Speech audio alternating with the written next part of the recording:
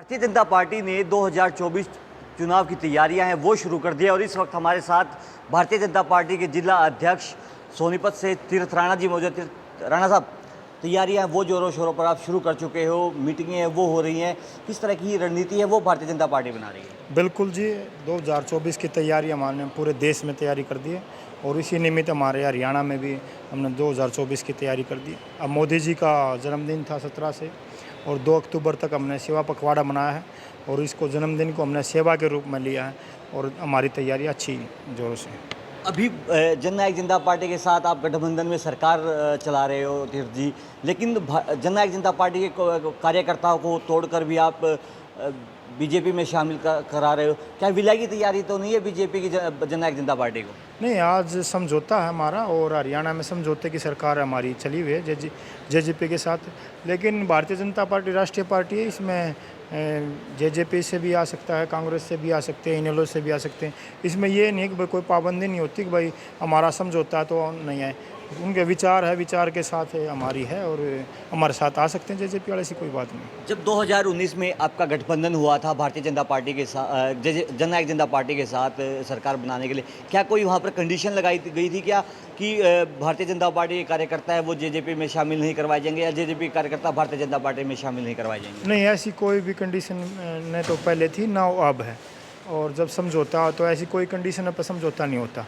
सरकार चलाते हैं, उनके विधायक हैं और हमारे विधायक हैं, कुछ विभाग उनको हैं और कुछ विभाग भारतीय जनता पार्टी है, वो अपने विभाग का काम करते हैं और इस तरह मिलकर सरकार चलाते हैं। ऐसा कोई समझौता नहीं है कि भाई उनके कार्यकर्ता हमारी पार्टी में नहीं आएंगे।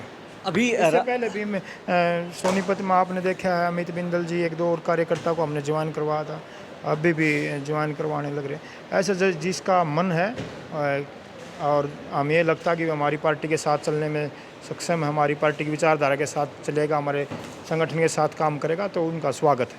अभी पंचायती चुनाव को लेकर आम आदमी पार्टी के कार्यकर्ता हैं या फिर नेता हैं या फिर कांग्रेस के नेता हैं या फिर कार्यकर्ता हैं, वो लगातार भारतीय जनता पार्टी पर निशाना साध रहे हैं कि सरकार है जानबूझकर चुनाव है वो नहीं करवा रही है ताकि पंचायतों का विकास ना हो। नहीं, ऐसी कोई मंशा के साथ नहीं है, क्योंकि ये कोर्ट का मामला था और कोर्ट में इस तरह के मामलों में आपने पहले भी देखा है और अब ये आज ड्रा है, सोनीपत के भी कल भी हैं, तो जल्दी चुनाव भी होंगे, जिला पार्षद के भी और पंचायत के भी। जल्दी ही नए सरपंच चुन के आएंगे और विकास तो लगातार चल ही रहा है। हमने ग्राम पोर्टल बना रखा है हमारे विधायकों के माध्यम से, हमारे सांसदों के माध्यम से और संगठन के माध्यम से। सामाजिक कामों तो चले हुए हैं और एक ग्राम पोर्टल भी बना रखा है। एक बार आप गाँव की समस्या इस पर डालिए और उसको काम को किया जा रहा है। अभी जिस तरह से जननायक जनता पार्टी के जो भी कार्यक्रम होते हैं वहाँ पर एक नारा दिया जाता है तीर्थ जी की सीएम आया, जब दुष्यंत चौटाला वहाँ पहुँचते हैं सीएम आया सीएम आया। दिग्विजय चौटाला एक बयान दे रहे हैं कि 2024 में दुष्यंत को सीएम बनाना है। उन बयानों को किस तरह से आप देख रहे हो, क्योंकि ये कर्मठ कार्यकर्ता हो, आपने चुनाव भी है गोहाना से 2019 में लड़ा है? उनके कार्यकर्ता हैं और ये नो डाउट इसमें डिप्टी सीएम है दुष्यंत चौटाला, तो सीएम के नारे लगाते हैं उनके कार्यकर्ता। संगठन का मामला है और इससे पहले भी मनोहर लाल जी हमारे प्रदेश के मुख्यमंत्री थे और आज जब समझौते की सरकार है तो तब भी हमारे मुख्यमंत्री मनोहर लाल जी हैं और उनका संगठन का मामला है, ये उनसे कुछ। दिग्विजय एक बयान देते हैं कि ब्यूरोक्रेसी है वो अभी सरकार में हैवी है। 2003 का जब हम बात कर 2003 में जब चौटाला सरकार थी तो जनता के काम होते थे। उस बयान को किस तरह से देखते हो कि एक बड़ा बयान है, सरकार में खुद वो हैं, उनके बड़े भाई दुष्यंत चौटाला डिप्टी सीएम है, उस बयान को किस तरह से आप देखते हो? बिल्कुल, मैं ये मानता हूँ कि दिग्विजय भाई ने ऐसा बयान नहीं देना चाहिए और देते हैं तो कहीं ना कहीं वो अपने आप को ही फेलियर बता रहे हैं, क्योंकि सरकार में वो भी हैं और उप मुख्यमंत्री उनके बड़े भाई हैं और मंत्री भी हैं, तो ऐसा उनका बयान मेरे को लगता है उचित नहीं है कि भाई इस तरह का बयान ब्यूरोक्रेसी में संगठन पार्टी का मामला है उनका, तो शायद आपने पूछनी चाहिए उनसे भाई ये बयान आपने किस तरह दिया। सरकार में आप भी हो तो ये दिखाना चाहते हो कि भैया भारतीय जनता, क्योंकि समझौते की सरकार है और बराबर का काम कर रहे हैं। अभी बेमौसमी बरसात ने सड़कें तोड़ दी पूरे हरियाणा की। शहर की व्यवस्था है, पानी की व्यवस्था है, वो बिल्कुल चरमरा गई थी। 8 साल सरकार को हो चुके हैं। उसको किस तरह से, क्योंकि किसान सड़कों पर हैं, आम जनता सड़कों पर है, प्रदर्शन है लगातार करी है, बिजली बिलों को लेकर प्रदर्शन करी है जनता, क्या 2024 का जो चुनाव है क्या वो आपके लिए कठिन तो नहीं होता जा रहा है धीरज जी? नहीं, बिल्कुल। जो भी सरकार ने 2014 में अपने मैनिफेस्टो में और 2019 में जो भी हमने वादे किए थे, लगभग हम उन वादों को पूरे करने की तरफ हैं। और मेरे को यह मानना है कि 2024 के चुनाव तक हम सब वादों को पूरा करेंगे, विकास के मुद्दे पे लड़ेंगे चुनाव। और 2024 तक जो मोदी जी ने पूरे देश में, चाहे 370 की बात हो, चाहे 35A की बात हो, चाहे CA की बात हो, लेकिन जिस तरह जब भी विकास कार्यों की बात आती है धीरज जी, भारतीय जनता पार्टी के नेता हो या कार्यकर्ता हो, वो 370 335 की बात लाकर अड़ा देते हैं। क्या टूटी हुई सड़कों से विकास दिखेगा क्या पूरे हरियाणा का या फिर भारत का? मेरे को ये लगता है भाई साहब, मैं ये मानता हूँ कि आज आप पत्रकार के सामने मैं रूबरू हो रहा हूँ, लेकिन मैं जब मैं गांव में जाता हूँ, शहर में जाता हूँ, तो एक ही बात कहते हैं कि भाई इतने नेशनल हाईवे, इतने इस तरह के रोड पहले कभी कल्पना भी नहीं की थी, कभी सोचा भी नहीं था। आप यहाँ से सोनीपत से चलेंगे तो आपने झज्जर तक जाना है, तो इस तरह के रोड हैं कि भाई आपको 30 मिनट में आप झज्जर जाएंगे, रेवाड़ी जाएंगे। तो इस तरह का जींद का देखो आप रोड, इस तरह के लोग, ये लोगों के बीच की बात मैं आपके सामने रख रहा हूँ। ये नहीं कि मैं पार्टी का जिला अध्यक्ष हूँ, लेकिन जो लोग आज कह रहे हैं कि भी जिस तरह से भारतीय जनता पार्टी रोडों का विकास, हाईवे, नेशनल हाईवे, जिस तरह से रोड निकाल रही है कि भाई ऐसा कभी कल्पना भी नहीं की थी। और इससे पहले भी कि सरकारों ने आपने देखा है, अगर भाई दूसरा शहर आने पर पता चल जाता था। लेकिन धीरज जी, हमने इस बेमौसमी बरसात में देखा जो 2-3 दिन पहले हुई, पूरे हरियाणा की सड़कें वो जलमग्न थी। फरीदाबाद, गुरुग्राम, सोनीपत, पानीपत, रोहतक, झज्जर के हालात दीनीय थे। सड़कों पर पानी था कई फुट, गाड़ियों का निकलना मुश्किल था, आम जनता का निकलना मुश्किल था। बच्चों की छुट्टियां घोषित कर दी गई थी। वर्क फ्रॉम होम से जो काम है वो कंपनियां करवा रही थी। उस स्थिति को किस तरह से देख पा रहे हो? मैं मानता हूँ जब प्रकृति की जब ऐसी कोई मार होती है तो प्रकृति के सामने कोई भी सिस्टम, सब सिस्टम फेल हो जाते हैं।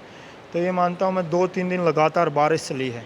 आप देखना, मैं सोनीपत ज़िले में खेत भी जलमग्न हो गए हैं, रोड भी जलमग्न थे, नो डाउट। लेकिन मैं ये मानता हूँ जब प्रकृति की मार होती है, बेमौसम बरसात लगातार 3 दिन बरसना, ये तो परमात्मा की इतनी ये होती है कि भाई बड़े बूढ़े कहते आए हैं कि भाई 1 घंटा भी नहीं उठे, 1 मिनट भी परमात्मा की नहीं उठ रही। तो 3 दिन लगातार बारिश चली।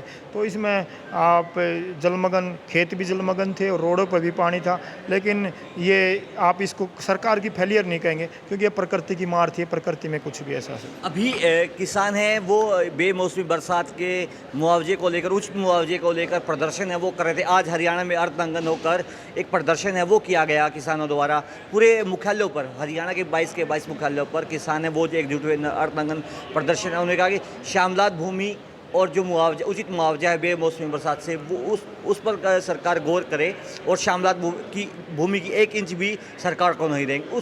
उसको लेकर किस तरह से देख रहे हैं? मैं आपके सामने आपके चैनल के माध्यम से बता देना चाहता हूं कि उसी दिन 2 दिन की बरसात के बाद ही मुख्यमंत्री जी का बयान आया था कि सबकी गिरदारी हो जाएगी और जिसको भी नुकसान हुआ है सबकी गिरदावरी होकर सभी के खेतों को और सब किसानों को मुआवजा मिलेगा। सरकार किसान के साथ है, गरीब के साथ है, मजदूर के साथ है। श्यामलात भूमि पर श्यामलात जो भूमि है गांवों में किसानों की, गोचरण की जो भूमि है, उसको लेकर भी किसान सड़कों पर हैं। धीरज जी, क्या सरकार के साथ कोई इस तरह की बातचीत की कोशिश है वो अधिकारियों या फिर किसानों की हो पाई है कि इस तरह की अधिग्रहण है वो नहीं किया जाएगा? नहीं, ऐसा जो ये मानता हूँ गौचरण की भूमि है तो उस पर किसी का कब्जा नहीं होना, गौचरण की होनी चाहिए। और अगर श्यामलात भूमि में अगर गांव का कोई प्रोजेक्ट आता है, भाई ये मान लेते हो मैं अपने गांव में ही बताऊं, आपके गांव में बताऊं, भाई पावर हाउस लगवाना है, स्टेडियम बनवाना है, तो इस तरह के कामों के लिए तो श्यामलात भूमि सरकार को देनी पड़ेगी और सरकार उसमें सुविधा उपलब्ध कराएगी। अभी दुष्यंत दिग्विजय चौटाला है वो ये कह रहे हैं कि हम जब चुनाव लड़ेंगे तो भारतीय जनता पार्टी के साथ उनका गठबंधन होगा या नहीं होगा तो आने वाला समय बताएगा। इंडियन नेशनल लोक दल एक बड़ी रैली है 25 सितंबर को की है फतेहाबाद में। बड़े बड़े नेता हैं वो एकजुट हुए थे, शरद पवार, नीतीश कुमार, तेजस्वी। उस रैली को किस तरह से आप देख रहे हो? देखो, मैं ये मानता हूँ कि चौटाला साहब की जो रैली थी को आज पहली बार इतनी बड़ी रैली नहीं हुई। रैली करते रहते हैं। और हरियाणा की देसी कहावत है कि रैली चाहिए इन्हें लो चाहे पाकिस्तान के बॉर्डर पर कर ले, वहाँ भी ये ज़बरदस्त रैली करके दिखाएंगे। लेकिन धरातल पे कुछ नहीं है ऐसा। चुनाव धरातल से लड़े जाते हैं, संगठन से लड़ा जाता है। ना तो उनका संगठन है, ना कहीं धरातल पे इनका कुछ है।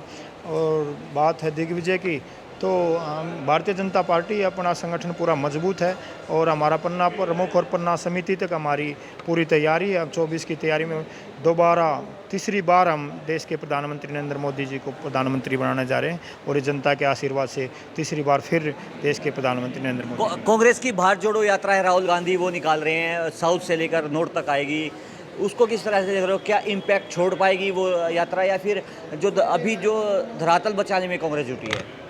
उनको तो धरातल भी बचाना मुश्किल हो गया है, क्योंकि आप देख रहे हैं जहाँ जहाँ के जोड़ो यात्रा जा रही है वहाँ से विधायक हैं, सांसद हैं, कार्यकर्ता हैं, प्रदेश अध्यक्ष हैं, पूर्व मंत्री हैं, और किस रूप से आप भारतीय जनता पार्टी में ज्वाइन करने लग रहे हैं। तो राहुल बचाओ यात्रा हो सकती है, कांग्रेस बचाओ तो यात्रा कहीं रही नहीं। और लोग कांग्रेस वाले इसका खुद मजाक उड़ाने लग गए हैं, बस क्या करें, बिल्कुल मार डाले। तो हमने भी ये होता है कि भाई विपक्ष नाम की चीज़ नहीं रही है, क्या है ये। जिस तरह से कांग्रेस के आपने देखा राजस्थान में भी आया था गहलोत जी के साथ, और उनके बीच में सचिन पायलट के बीच में आपने देखा किस तरह की नोकझोंक हुई है। तो वहीं राहुल गांधी भी थे। तो आप देखने को क्या संगठन है अपना, भारत जोड़ो नहीं अपनी पार्टी को भी नहीं बचा पाएंगे। मेरे को लगता है जो 2024 तक राहुल बचाओ भी उनके लिए बड़ा मुश्किल हो जाएगा। देखिए, हमारे साथ भारतीय जनता पार्टी के जिला अध्यक्ष सोनीपत से तीर्थ राणा जी थे। इन्होंने कहा कि दुष्यंत चौटाला के छोटे भाई दिग्विजय चौटाला ने जो बयान दिया है कि अधिकारी है वो सरकार के मंत्रियों की और कार्यकर्ताओं की नहीं मान रहे हैं, उस बयान का कोई औचित्य नहीं है, क्योंकि वो सरकार में है। सोनीपत से पंजाब केसरी के लिए सनीमल। हमसे जुड़े रहने के लिए हमारे YouTube चैनल को सब्सक्राइब करें और नई वीडियो की नोटिफिकेशन के लिए बेल आइकॉन को दबाएं। अगर आप ये वीडियो Facebook पर देख रहे हैं तो लाइक जरूर करें और ज्यादा से ज्यादा शेयर करें। धन्यवाद।